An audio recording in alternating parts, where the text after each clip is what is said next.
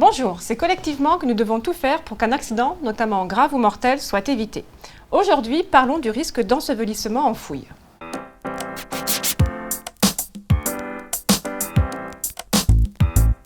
Je descends dans la tranchée si la protection contre l'ensevelissement est en place et appropriée.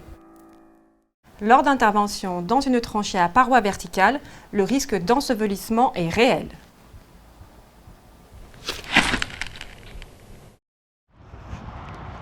Avant de descendre dans une tranchée à paroi verticale, il faut s'assurer de la stabilité des parois et du sol, que ce soit en tranchée ou à proximité.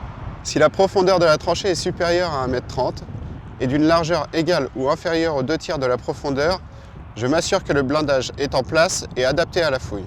La pose et la dépose du blindage sont des phases critiques. Les protections sont mises en œuvre au maximum depuis l'extérieur de la tranchée.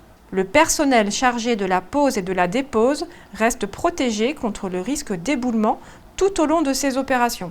Les moyens de protection sont définis avant le début de l'opération. Pour les autres fouilles réalisées par talutage, je vérifie l'absence de signes d'éboulement des parois avant de descendre dans la tranchée. Je descends dans la tranchée uniquement si j'y suis autorisé. En cas de doute sur les conditions de protection en place, j'alerte ma hiérarchie et j'interdis l'accès à la tranchée en attendant sa décision. Respectez les règles pour sauver votre vie et celle des autres.